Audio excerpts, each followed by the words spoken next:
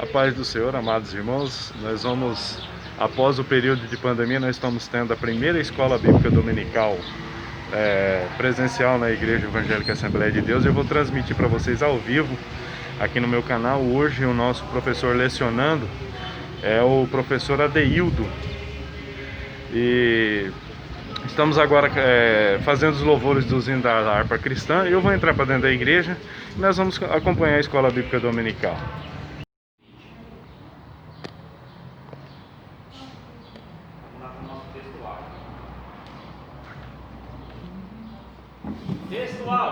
Textual.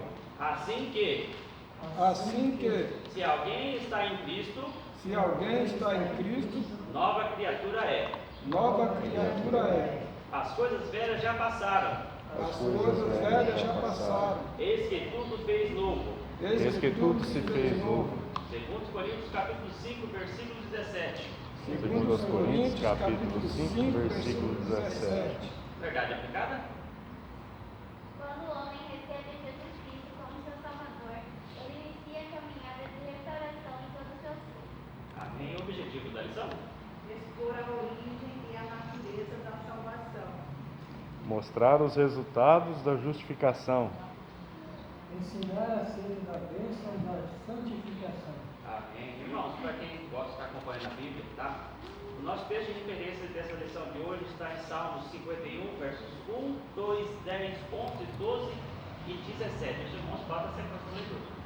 Tem misericórdia de mim, ó Deus, segundo a tua benignidade. Apaga as minhas transgressões, segundo a multidões das tuas misericórdias.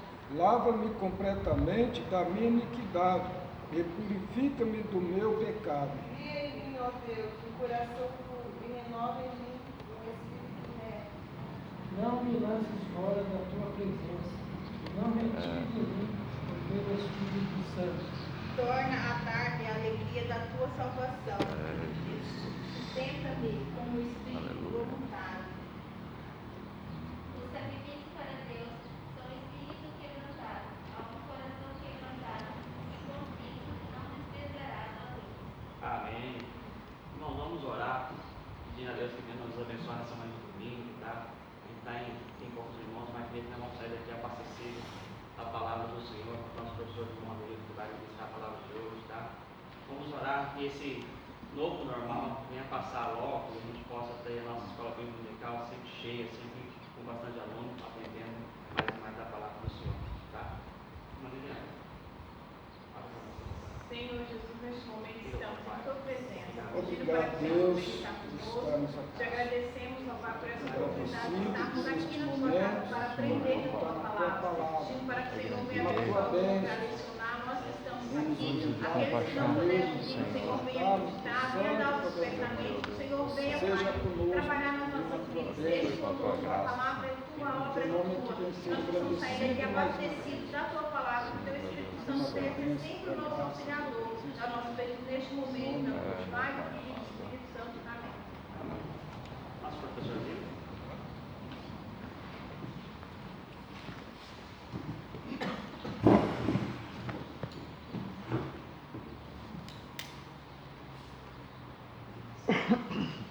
Saúde a igreja com a paz do Senhor. Amém. Irmãos, graças a Deus, mais esta oportunidade Deus nos tem concedido de nos reunirmos aqui para mais uma escola bíblica dominical, dessa feita também presencial. Deus me abençoar nossos irmãos que aqui estão presentes, para juntos meditarmos na palavra de Deus através da lição do dia de hoje, que é a segunda lição do quarto trimestre, do ano de 2020. E o tema desta lição é os efeitos da salvação na plenitude humana. Esse é o título desta lição que vamos meditar aqui nesta manhã. O texto de referência que o escritor usou é o Salmo 51, o Salmo de Davi, Salmo bastante conhecido e um salmo focado realmente para a salvação. Lembre-se que Deus vem nos ajudar, vem nos abençoar, para que possamos realmente entender, compreender a salvação que Deus tem nos oferecido através da pessoa de nosso Senhor e Salvador Jesus Cristo. A introdução desta lição nos diz assim: nessa lição enfatizaremos o tema salvação e os reflexos das ações salvíficas do Senhor em todas as áreas da vida humana, destacando dois aspectos da salvação: justificação e santificação. Aqui vamos focar mais nessa lição, né? Vai ser destacado nesta lição concernente à salvação, justificação e santificação. Por que primeiro justificação e depois santificação? Porque a justificação é imediata, né? Logo quando cremos em Jesus Cristo como Salvador, aceitamos Ele como Salvador, aceitamos o plano da salvação, então nós somos justificados. A santificação, ela é gradativamente, ela é diária, né? Ela é constantemente, nós temos que estar nos santificando. Então, por isso que vem primeiro justificação, depois santificação. A primeira parte desta lição nós vamos abordar sobre a grande salvação. Sobre a grande salvação. Eu estava ouvindo o nosso irmão sobre o foco da lição e ele estava falando dessa grande salvação, algo sublime, algo maravilhoso, por ser de um benefício tão grande em nossa vida, é considerado como a grande salvação, né? Então nós vemos a grande salvação. O termo salvação tem múltiplos sentidos na Bíblia. Então nós vamos ver, né? Porque nós somos salvos de perigo, de acidente, mas esse hoje aqui não é o foco, não é isso, né? Então temos múltiplos sentidos na Bíblia. Podemos se referir à cura de doenças, né? Preservação em momentos de perigo, então é uma salvação. Eu gosto de focar assim, porque há umas certas traduções na Bíblia que quando fala da salvação da alma, da libertação, da transformação da vida humana, ela fala de salvação. E quando é em perigo, salvação de uma enfermidade, e etc., ela fala de livramento. Mas nem todas as Bíblias vêm fazendo essa diferença, né? Todas elas, se fosse, seria mais fácil, né? Quando era uma doença, foi livre da doença, não fala foi salvo da doença, né? Mas infelizmente elas não fazem muitas vezes essa separação, livramento e salvação. Ficaria mais fácil para a maioria compreender. Obviamente que livramento e salvação é a mesma coisa, mas uma vez, dependendo do que você está lendo, você tem que ver o texto e contra para saber se está falando de uma salvação, de uma doença, de um perigo ou da sua alma. Pessoas entregando a vida para Jesus Cristo. Entre outros, em nosso contexto evangélico, geralmente a palavra é usada para se referir ao que Jesus Cristo fez em favor dos pecadores. Então, nesse caso aqui, nós estamos se referindo em salvação ao que Jesus Cristo fez, né, na vida dos pecadores. É a libertação do pecado. Essa aqui é a salvação, é a libertação do pecado. Esse é o foco, esse é o motivo da lição de hoje, né? Concernente à salvação, à libertação do pecado. Aí diz aqui, envolve regeneração, justificação, santificação e glorificação, né, o escritor aos Hebreus identifica como uma tão grande salvação. Essa glorificação aqui, irmãos, ela é lá no final, porque nós vemos aqui, depois nós vamos ver aqui, primeiro, segundo e terceiro, mas nós vamos ver que a glorificação é lá no final, é lá já na redenção, onde nós não sofreremos mais perigo nenhum de perdermos a nossa salvação. Por quê, pastor? Nós corremos risco? Sim, qualquer um de nós corre o risco de perder a salvação. Então, já na redenção, não, já é o estágio final, que não haverá mais perigo nenhum de perdermos a nossa salvação. Então, nós vemos aí essa tão grande salvação que foi nos dada através da pessoa de nosso Senhor e Salvador Jesus Cristo. Irmãos, dessa lição, dessa primeira parte, vai falar sobre a origem da salvação. A origem da salvação. A salvação tem sua origem em Deus. Todos crentes, evangélicos, ou que estudam a Bíblia, sabem que a salvação, ela tem origem em Deus.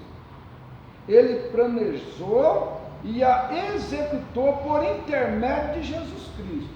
Então, ele planejou, mas executou por intermédio de nosso Senhor e Salvador Jesus Cristo.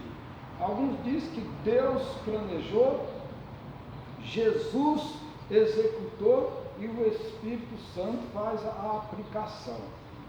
Alguns fazem esta colocação aí.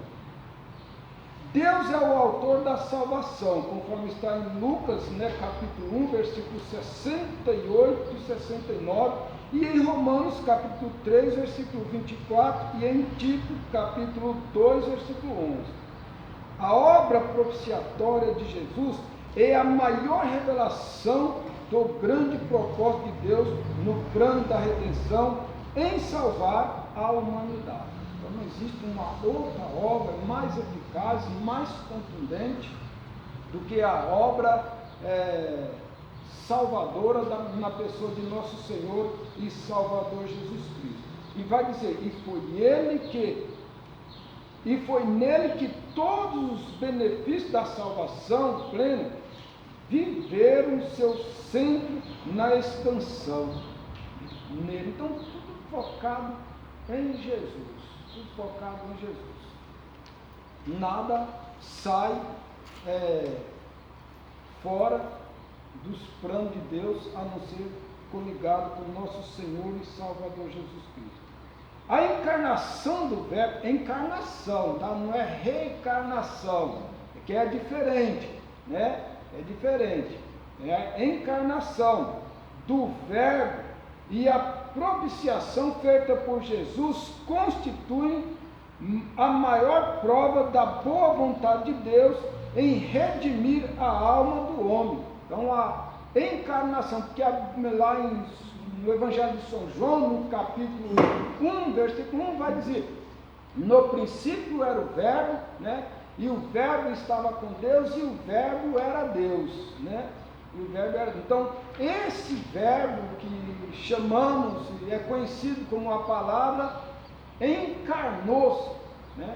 Encarnou-se, tornou-se em carne, e aí foi manifestado a toda a humanidade. Então, a encarnação do verbo e a propiciação feita por Jesus constituem a maior prova da boa vontade de Deus em redimir a alma do homem. Quer dizer, que antes nós não tínhamos algo visível, né? Mas através da encarnação nós passamos a ter algo visível, que foi nosso Senhor e Salvador Jesus Cristo. Apesar de nós, né, agora mais de 2000 anos, não podemos tocar, mas os antigos, pelos testemunhos, eles dizem que eles tocaram, né, que foi em nosso Senhor e Salvador Jesus Cristo. Assim sendo, a origem da salvação está em Deus. Então, a origem da salvação está em Deus, que é o nosso Senhor, nosso Redentor, que planejou tudo, né? E deu autoridade, poder do seu Filho executado. Agora, o 1 e o 2, irmãos, a natureza da salvação. Então, nós vemos a origem da salvação, agora vamos passar para 1 e 2, a natureza da salvação. A natureza da salvação, conforme sugere o termo em foco, compreende todos os atos e processos que salientam todos os elementos da fé cristã. Isso aí faz parte aí da natureza da salvação. Estes atos e processos são vistos e desenvolvidos no plano da redenção da seguinte forma. Então vamos ver quais são as seguintes. Primeiro, salvação no passado, né? Salvação no passado. Efetuada na justificação do pecador. É o momento que ele aceita ou que ele crê em Jesus Cristo como Salvador. A partir desse momento, ele é justificado. Então, por isso que eu disse que vem primeiro a justificação, né? Primeiro, a salvação no passado, efetuada na justificação do pecador, tendo origem na graça de Deus. Tendo origem na graça de Deus. Segundo, salvação no presente, essa efetuada na santificação, que é um processo, né, diariamente, né? Nós temos que estar constantemente nos santificando. Santificação é uma separação, é algo que nós fazemos voltado para Deus, para evitarmos de pecar ou transgredir contra Deus. Santificação não é se separar um do outro, né? Santificação não é se separar um do outro, não é se separar da sociedade, não é viver isolado do ser humano, tá? Não é viver isolado do ser humano, não é nada disso, mas é algo que você pratica entre você e Deus. Entre você e Deus. É um compromisso que você tem de não pecar contra Deus, não pecar contra a sua alma ou contra você mesmo. Então você está se santificando, se abstendo do pecado, daquilo que prejudica a sua vida ou a sua alma. Então o segundo aqui no futuro, nessa efetuar a segunda salvação no presente, essa efetuada na santificação diária na pessoa humana. Somos transformados de glória em glória, né? E a outra é no futuro. Essa não é efetuada, efetuará, né? Efetuará, porque é no futuro, efetuará a glorificação dos salvos, a saber, a redenção do nosso corpo. Esse aqui é o estágio final que eu disse, né? Aí é onde você já chegou até essa semana, não corre mais o risco de perder a sua salvação. Mas vamos ler, eu gostaria que algum dos irmãos lessem Lucas 21 e o versículo 28. Quem tiver a Bíblia aí, puder ler Lucas 21 e o versículo 28. Jesus deixou bem claro essa passagem na Bíblia Sagrada. O escritor São Lucas, ele escreveu esse texto sagrado que é muito importante para nós, irmãos. São Lucas, alguém achou? 21 e 28. Ora, quando essas coisas começaram a acontecer, olhai para cima e levai vossas cabeças, porque a vossa redenção está próxima. Porque a vossa redenção está próxima. Então, a redenção já é lá no final mesmo. Então, nós vemos, essa aqui é a natureza da salvação. Glória a Deus. Vamos, irmãos, para o 1 e o 3. Um tema um pouco polêmico, né? Sobre eleição, dá para falar de predestinação. Esse texto, irmão, esse assunto, esse tema, nunca chegaram a um acordo, né? Nunca chegaram a um acordo, mas está na Bíblia, nós temos que interpretar conforme a Bíblia ensina, viu, irmão? Não temos que interpretar conforme o nosso querer, a nossa vontade, o nosso pensamento, a nossa forma de ver, mas sim conforme a Bíblia resiste. Então, a eleição divina, né? 2 textos bíblicos são bastante utilizados no estudo acerca desse tema tão discutido ao longo da história da igreja, né? Quem é aqui dos antigos que já não discutiram isso aí, né, Presidente Gustavo? Quem? O Leandro, né? Muitas pessoas já discutiram sobre esse tema e eu confesso que... Bem polêmico, né? Bem polêmico. Eu confesso que nunca houve unanimidade em concordar com A ou com B. Nunca houve. Mas nós sabemos que isso não tem nada a ver com alguém, com um ser humano escolhido para ser salvo, predestinado para ser salvo. Isso nós não temos certeza que não funciona dessa forma.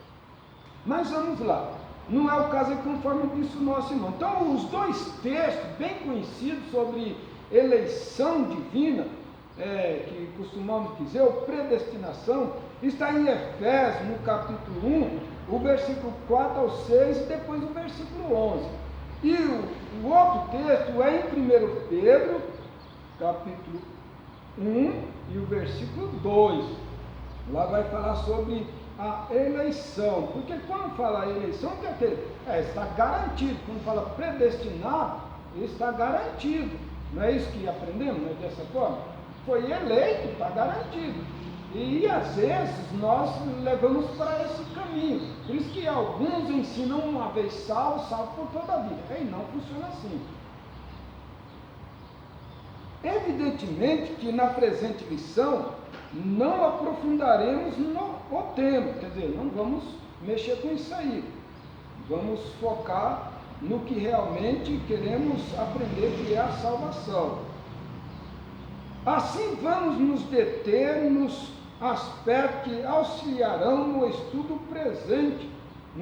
do presente tópico, salvação. Então nós vamos nos prender aqui, salvação, e deixar lá de lado essa questão de predestinação conforme um raciocínio ou pensamento humano. Primeiro, a eleição se deu antes da criação do ser humano e antes do pecado. Tá? E antes do pecado. Então a eleição se deu, né, lá no começo, antes do ser humano e antes do pecado. Então, se foi antes do pecado, foi muito além, porque o pecado tem origem lá no céu. O pecado tem origem lá no céu, todos nós sabemos disso. E Lúcifer foi que cometeu o primeiro pecado.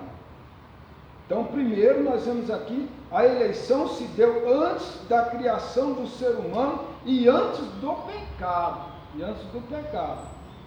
Entendeu? Claro, o escritor aqui não especificou pecado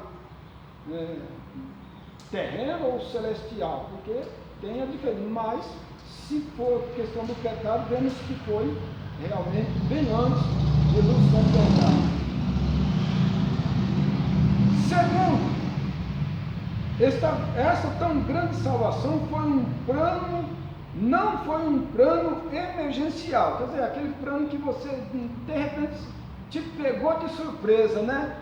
Tem que, tipo um plano B, como muitos dizem. Não foi assim, viu, irmãos? Já foi um negócio planejado. Deus, na sua onisciência, já sabia de tudo. Então, segundo, esta tão grande salvação não foi um plano de emergência, como se Deus tivesse sido surpreendido, né? Surpreendido. Nós muitas vezes nos surpreendemos, mas Deus não. Deus não se surpreende por nada. Deus não se surpreende por nada. Então nós vemos que realmente esse plano aqui não foi como se Deus fosse surpreendido, por isso que ele já fez antecipadamente esse projeto, esse plano, para que nós pudéssemos sermos beneficiados por esse plano ou projeto, né? Terceiro, a eleição segundo a presciência, propósito e conselho prévio de Deus na salvação. Então, a eleição segundo a presciência, propósito e conselho prévio de Deus na salvação. Não tem nada a ver com alguém individualmente, né? Alguém individualmente. Porque quando você lê lá os textos de predestinação, de salvação, não fala individualmente, mas fala de um povo. Por exemplo, a igreja, ela é predestinada à salvação. A igreja é. Entendeu? A igreja é predestinada à salvação. Agora eu pergunto, você faz parte da igreja? Eu faço parte da igreja? Então nós vamos ser salvos. Não que somos predestinados à salvação, não. Mas se eu faço parte da salvação da igreja, aí eu sou salvo, porque a igreja é eleita. A igreja é eleita. E a igreja é composta de seres humanos, de pecadores salvos, lavados e remidos no sangue de Jesus. Aí sim, aí entra a eleição, a predestinação. Aí entra. Mas individualmente não. Vai nascer tal dia, o Adeildo, fulano de tal, e ele já vai nascer predestinado à salvação. Não. Não é assim, não funciona. Vai nascer o Gustavo e vai ser assim, ele já está predestinado à salvação. Não funciona dessa forma. Agora, a igreja, ela é predestinada, ela já é eleita. Agora, nós precisamos, para sermos salvos, precisamos fazer parte da igreja. Então, irmãos, por isso que os ensinos, as teologias errôneas, concernente à predestinação para a salvação individual, ela é uma afronta contra Deus, tá? Ela é uma afronta contra Deus, porque individual ela não é. Coletivo, baseado na predestinação, a eleição da igreja, aí funciona. Então, quem quiser ser salvo, participe, seja membro da Igreja Universal, ligado no corpo de Jesus Cristo, porque ela já está eleita, né? Ela já está eleita. Então aí você vai fazer parte dessa eleição, dessa predestinação, sendo ligado à Igreja de Nosso Senhor e Salvador Jesus Cristo. Queria comentar aqui algo sobre que existem pastores, alguns teólogos que defendem que uma vez salvo para sempre. Vamos deixar bem claro, que o meu irmão já está falando, que a salvação não é definitiva. Você tem que procurar entrar no caminho para a salvação. Exatamente. Eu costumo dizer que nós somos salvos, mas não estamos salvos. Por isso que eu mandei ler lá em Lucas, capítulo 21, versículo 28, ali já vai entrar, estamos salvos. Somos salvos, mas não estamos salvos, mas ali já vai estamos salvos, porque já é a redenção final. Então nós somos salvos, mas não estamos salvos. Entendeu? Não temos a garantia ainda. Estamos caminhando para isso, para o final. Então por isso que o irmão colocou aqui sobre o passado, o presente e o futuro. Então no começo ele colocou justificação, depois santificação, depois glorificação, que é o estado final. Mas uma vez salvo por toda a vida, quem me dera, né? Quem me dera fosse assim. E com essa, o irmão Hugo tocou num ponto muito bom, porque estamos falando de salvação, e salvação da alma, transformação, mudança de vida, regeneração. Foi bom tocar nesse assunto, porque por esse caminho muitos entraram e aceitaram Jesus como Salvador, depois foram para o mundo, e segundo a doutrina deles, eles são salvos, porque eles já aceitaram o plano de salvação. Eles já aceitaram o plano de salvação.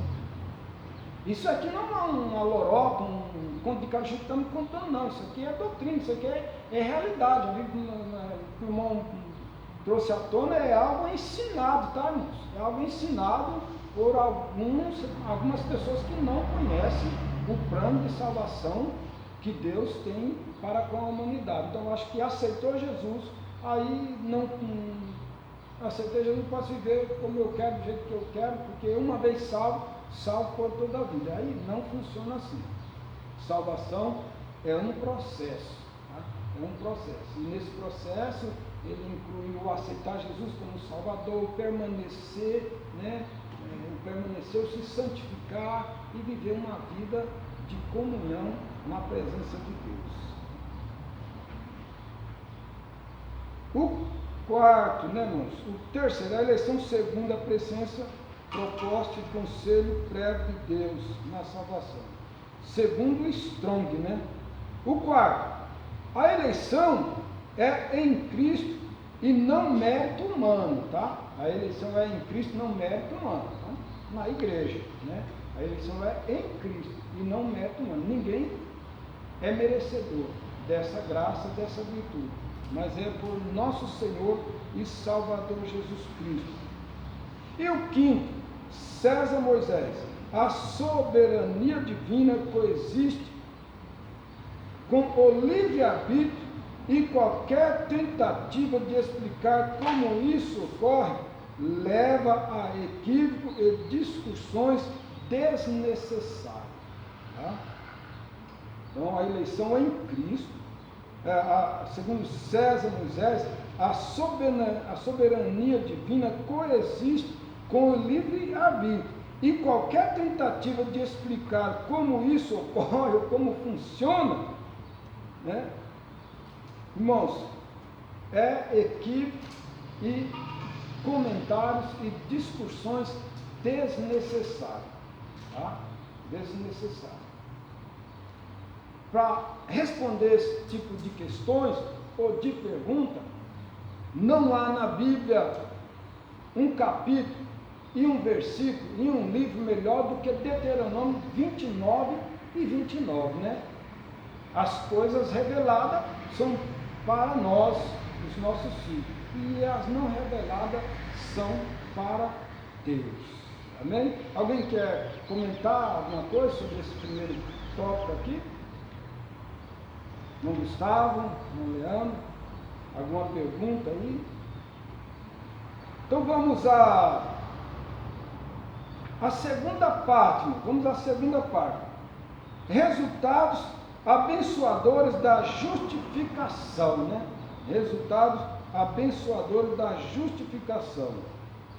Segundo Strong, justificação, como descrito na Bíblia, é o ato divino de considerar como justo, declarar justa uma pessoa com base na obra de Cristo na cruz, absolvendo-os das consequências eternas do pecado. Aí sim, ele é justificado, né?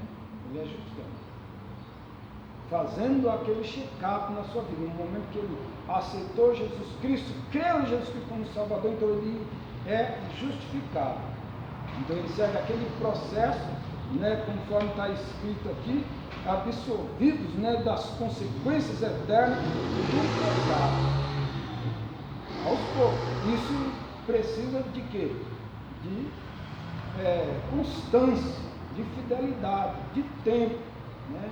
De estadia com Deus, de comunhão com Cristo, para esse processo seguir avante. Não aceitar hoje e sair amanhã e estou garantido a salvação, né? Assim, o Senhor Deus considera e trata como justo todo aquele que crê em Jesus Cristo. Todo aquele que crê. Mas não acabei de falar que eu aceitei, eu creio em Jesus. Não, mas existe regra. Existe a tal de permanência, perseverar. Aquele que perseverar até o fim será salvo. Então, assim o Senhor Deus considera e trata como justo todo aquele que crê em Jesus Cristo. Então ele trata esse como justo, aquele que aceitou Cristo como seu único e suficiente Salvador. No presente tópico nos deteremos em 3 bênçãos que resultam da justificação, as quais fazem a diferença para um estado saudável da alma. Então vamos estudar aqui, nessa segunda parte, as 3 bênçãos concernente os resultados da justificação. Primeiro, 2 e 1, paz com Deus. Justificado pela fé, temos paz com Deus. Então, é pela fé que somos justificados. Justificado pela fé, temos paz com Deus. Uma bênção que faz a diferença na vida de uma pessoa, viu, irmãos? Uma bênção e muito grande, viu, irmãos? Muito grande. Muito grande. Ontem nós fomos orar com um casal ali, estava perturbado, hoje já mandaram mensagem, dormiram, uma maravilha. Imagina, eles aceitaram Jesus como Salvador. Nós temos que orar para que Deus entre com um processo de libertação, de transformação, e Deus confirme na vida dele a justificação. Confirme na vida a justificação. Mas já entrou aquela paz no lar, na casa, já dormiram praticamente a noite toda. Então, são algo importante. Então, justificado pela fé, temos paz com Deus. Eis uma bênção que faz a diferença na vida de uma pessoa. Porém, é fundamental compreender que está sendo ressaltado aqui a paz que é resultado da justificação. Tá? A paz que está sendo resultado da justificação. Uma vez justificado, recebeu a bênção dessa paz. Porque a justificação te traz o quê? Um alívio, não é? Um alívio. Eu costumo dizer, é como um preso. Um preso, por exemplo, ele cometeu um delito, um pecado, alguma coisa contra a humanidade ou contra a lei do país, foi preso. Ele foi preso. Ficou lá tanto tempo, a justiça determinou que ele ficasse tanto tempo preso ali. Mas é um advogado ali, trabalhou, ele pegou por 30 anos, mas é um advogado, trabalhou, advogado muito bom, como o meu, Nosso Senhor e Salvador Jesus Cristo, que nós era para uma prisão eterna ou não? É ou não é? Então, com minha esposa, alguém que vai trabalhar, pegar esse tipo de documento, de antecedentes criminais. Até eu sou um pouco contra. Por quê? Porque se a pessoa vai pegar, ele vai pegar algo que ele já não deve mais. Que ele já pagou. Fulano, você vai trabalhar, você pode trazer um antecedente. Adeildo Mendes da Silva ficou preso 7 anos em tal lugar e coisa. Daí vai dar uma disfarçada, não vai querer falar, mas vai ver que foi porque eu já fui preso. É ou não é? Mas eu não fui justificado, eu não cumpri a minha sentença. Isso é como se estivesse lançando em rosto. Então eu sou um pouco contra nesse quesito de pegar antecedentes criminais. Parece que parou, né, Gustavo? Me parece que a maioria das empresas não estão mais pegando esse tipo de documentação. Eu acho que é uma coisa injusta. Então, se eu fui justificado, eu estou justificado. Enquanto aqueles atos do meu passado não tem mais efeito nenhum. Eu cumpri. Agora, obviamente que eu vou ter que ser acompanhado pelas autoridades, vamos ver o meu comportamento. E Deus também faz isso conosco. A partir do momento que Ele nos justificou, Ele continua nos acompanhando também. Isso é correto. Você entendeu? Então, eu vejo justificação dessa forma, viu, irmãos? Então, nós vemos aqui resultado da justificação. Portanto, é diferente daquele que busca. Portanto, é diferente daquela buscada oferecida pelo mundo. Então, essa paz que nós encontramos, que nós adquirimos através da justificação, é diferente daquela buscada pelo mundo. Jesus disse, deixo-vos a paz, a minha paz vos dou, não vou lá dou como o mundo dá. Então, há uma diferença, ele falou, há uma diferença. E a diferença é que essa paz que o mundo oferece é passageira. A de Cristo é eterna. A paz que o mundo dá não consiste na salvação. A paz que Cristo dá consiste na salvação, através de nós sermos justificados. Né? É a paz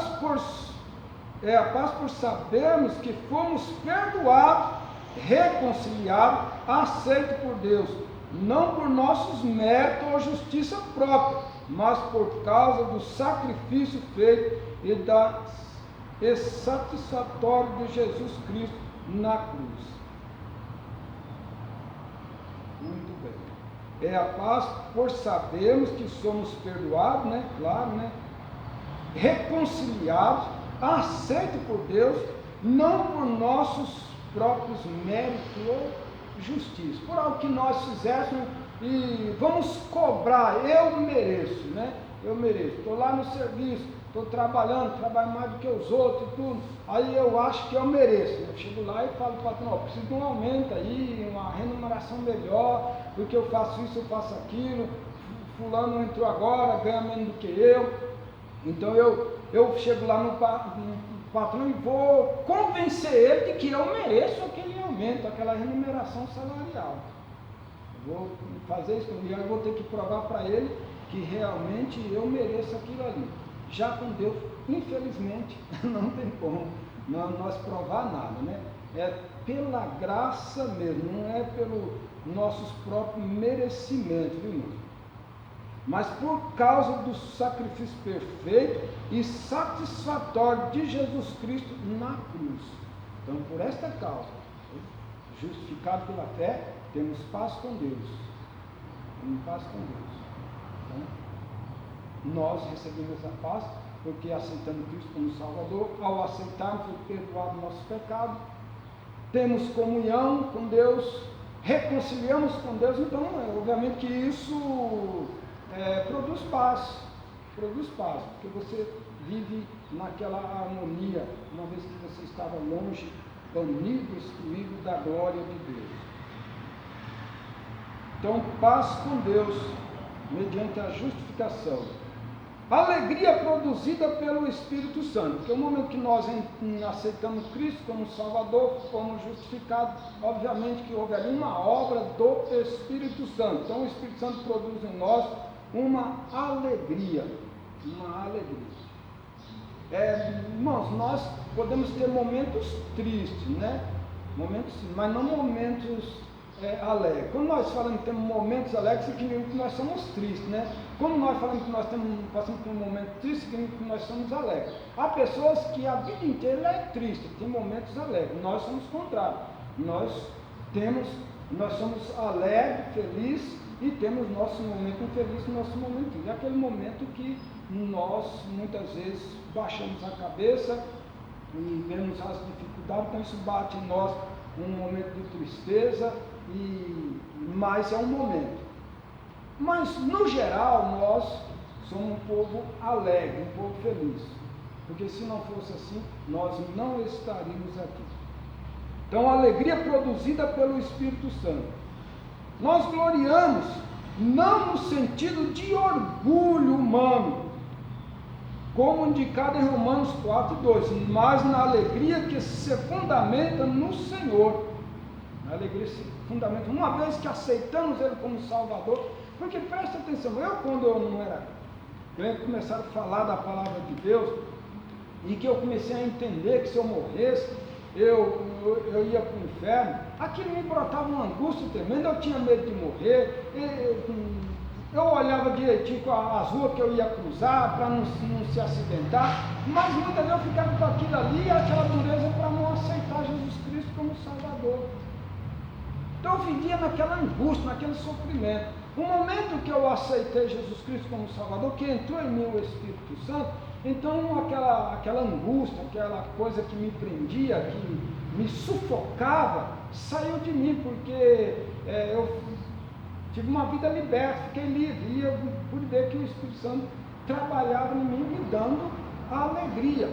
Não que eu não tenha medo de acidente, não tenha medo de morrer, nada disso, mas que eu tenho agora uma garantia de que se acontecer, Ele está comigo. Então essa é a diferença. Um dos sentidos do termo em grego é desfrutar o contentamento, irmãos. Um dos sentidos dessa alegria no termo grego é desfrutar o contentamento. Contentamento de coração, boa disposição. Esse é o termo da alegria, uma vez que aceitamos Jesus Cristo como Salvador. O texto em Romanos 5 revela que aquele que foi justificado desfruta de alegria, né? Na esperança, na tribulações, que é Romanos 5:2, né? Nas tribulações, Romanos 5:3, nas tribulações a aflição tem um aspecto positivo na medida que contribui na resistência e na formação de um caráter perseverante e constante. Vamos ler esse versículo, o 2 e o 3, para nós entendermos, Romanos, capítulo 5, versículo 2 e o 3. O irmão fez a separação para ele poder explicar para nós sobre esta alegria. Romanos, capítulo 5, versículo 2 e o 3. Quem achar aí pode ler, viu? Pelo qual também temos entrado pela fé a esta graça, na qual estamos firmes, e nos gloriamos na esperança da glória de Deus. E não somente isso, mas também nos gloriamos nas tribulações, sabendo que a tribulação produz a paciência. Muito bem. É contraditório, é contra a natureza humana, você se gloriar, se alegrar nas tribulações. Mas, uma vez aceitando Jesus Cristo como Salvador, você vai entender que é um processo que Deus está fazendo na nossa vida para nós entendermos a dificuldade em que temos de servir a Deus, de ficar na presença de Deus, e através disso adquirimos experiência, porque senão nós não temos o que contar futuramente. Então nós vemos aqui, versículo 3, e não somente isso, mas também nos gloriamos nas tribulações, sabendo que as tribulações produzem a paciência, né? Produz a paciência. Então nós nos gloriamos também nas tribulações, porque sabemos que ela produz a paciência, né?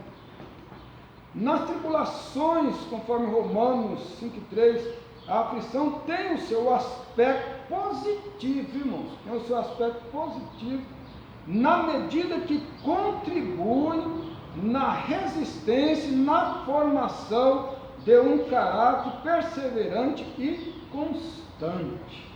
Então é uma tribulação, uma coisa mais positiva. Em Deus, por nosso Senhor Jesus Cristo, pelo que Ele é, minha grande alegria, e pelo que Ele fez, efetuou nossa reconciliação com Ele. Entendemos? Isso é muito bom. A bênção da alegria influencia positivamente quando enfrentamos as adversidades da vida. Pois se ficarmos tristes com várias situações do dia a dia, não somos sufocados pelo desânimo. Por final, a alegria do Senhor é a nossa força. Entenderam? Então não vamos ficar sufocados. Mas só que nós temos que entender, né? Nós temos que entender, porque se nós não entendermos, nós vamos ficar sufocados e vamos achar que aquilo é algo oposto àquilo que nós estamos esperando. Talvez uma pregação fluida, né? Vamos dizer assim, que ela vem para Cristo, seus problemas vão acabar, né? Você não vai ter mais problema nenhum, você só vai viver alegre, feliz, vem para Cristo que seus problemas tudo vai ser solucionado. Não funciona assim, né? São os pregadores de rosa. Mas quando nós aceitamos Jesus Cristo como Salvador, baseado numa pregação verídica, fidedigna, uma pregação que consiste ou é baseada na palavra de Deus, por maior que sejam as lutas, as aflições, nós vamos entender que ela é para o nosso bem. Ela é para o nosso bem. Por que que muitos não se firmam na igreja quando vêm as lutas, as provações? Porque às vezes ouviram mensagem que satisfazia apenas o ego deles. Apenas o ego deles. Queria preencher aquele vazio no momento, e não o resto da vida ou o futuro. Então isso muitas vezes a pessoa não adquire aquela experiência e não consegue, através dessa justificação, receber esta alegria. Por isso que nós temos que orientar as pessoas, quando estamos pregando, fazendo o apelo, para quando eles vêm aceitar Jesus, eles venham conscientes de que aquela atitude dele não vai livrar ele das aflições, das angústias, dos sofrimentos, não, mas vai livrar ele do inferno, vai libertar a vida dele, a alma dele. Obviamente que Deus não deixará o seu servo a vida inteira, no sofrimento. Por isso, senão não estaria pregando aqui sobre a alegria após a justificação. Muito bem, então, a última aqui, a bênção da alegria influencia positivamente como enfrentarmos as adversidades da vida, pois se ficarmos tristes com várias situações do dia a dia, que é comum, é normal, irmãos, somos seres humanos, não somos sufocados pelo desânimo, pois afinal a alegria do Senhor é a nossa força. Amém, irmãos? Alguém pode ler o 2 e o 3 aí? Olhando para o relógio, para não... O 2 e o 3, alguém pode ler?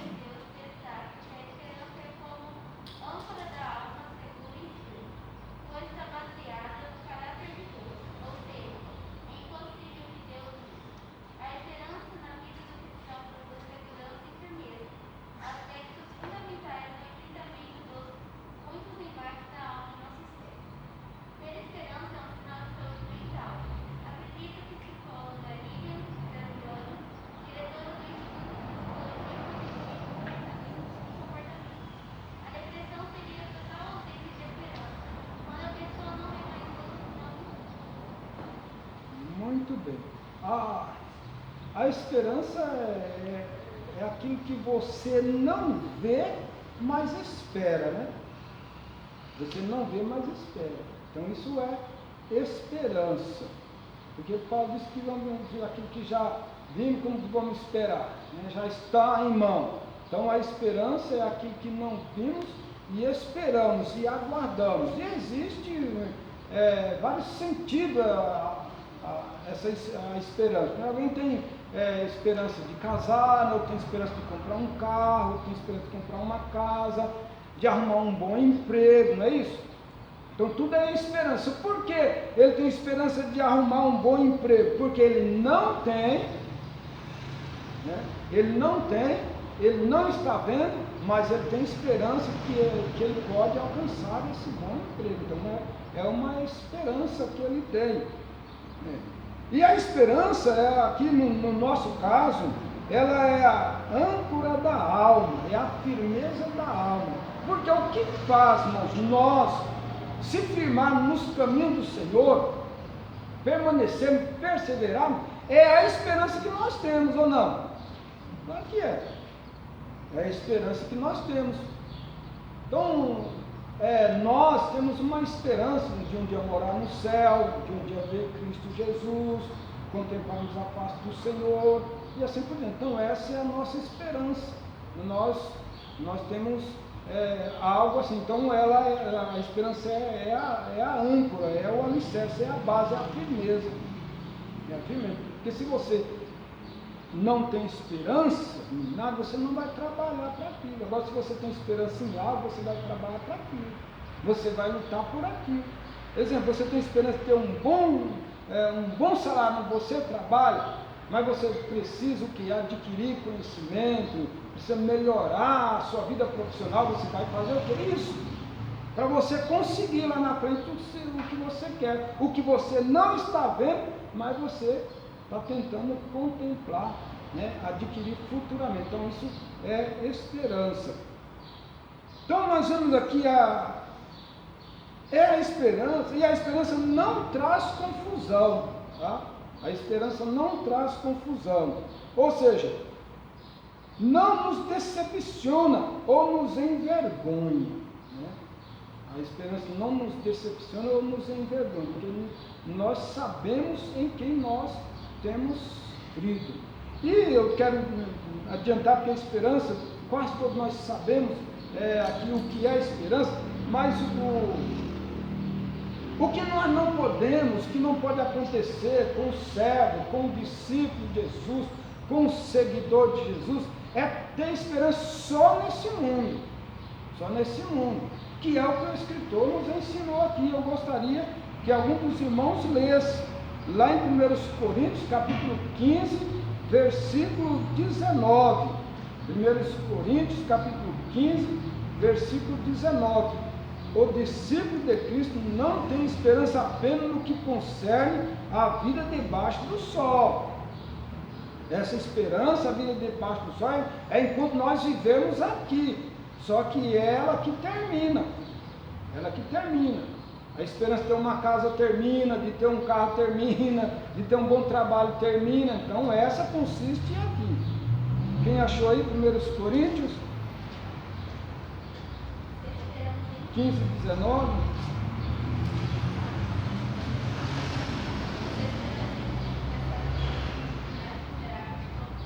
Olha aí, vimos? Está vendo?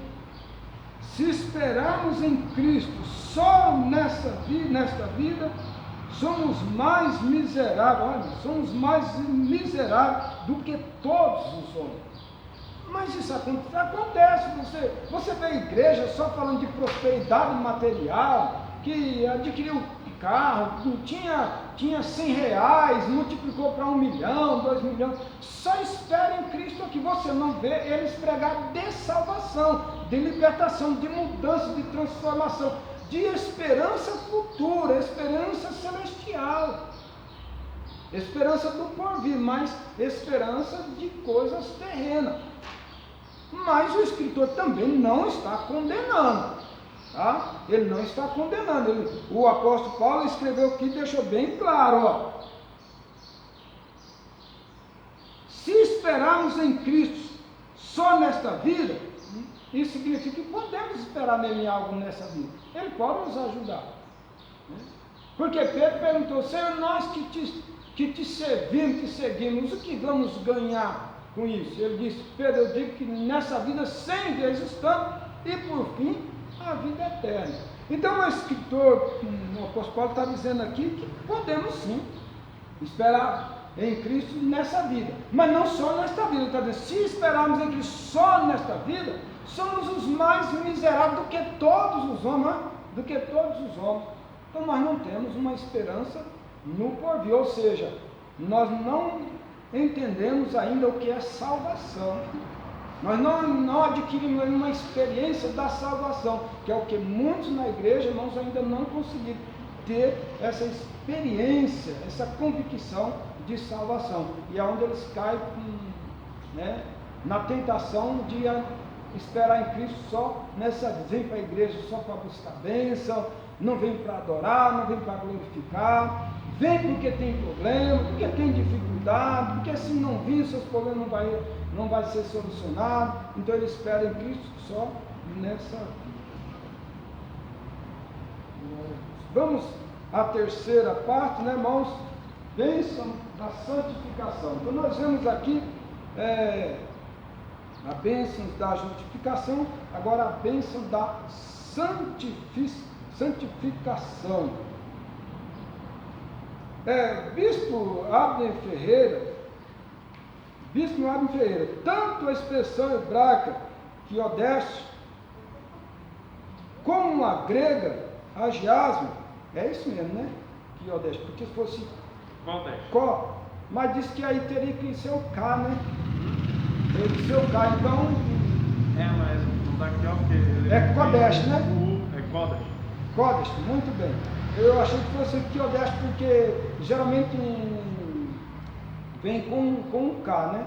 Mas aqui veio com um Q. Então, Kodesh. E como o grego agiado admite diversos termos relacionados ao tema, quer dizer, ao tema da santificação, né? Então vamos ver quais são eles. Separação, né, moço? Separação. Então,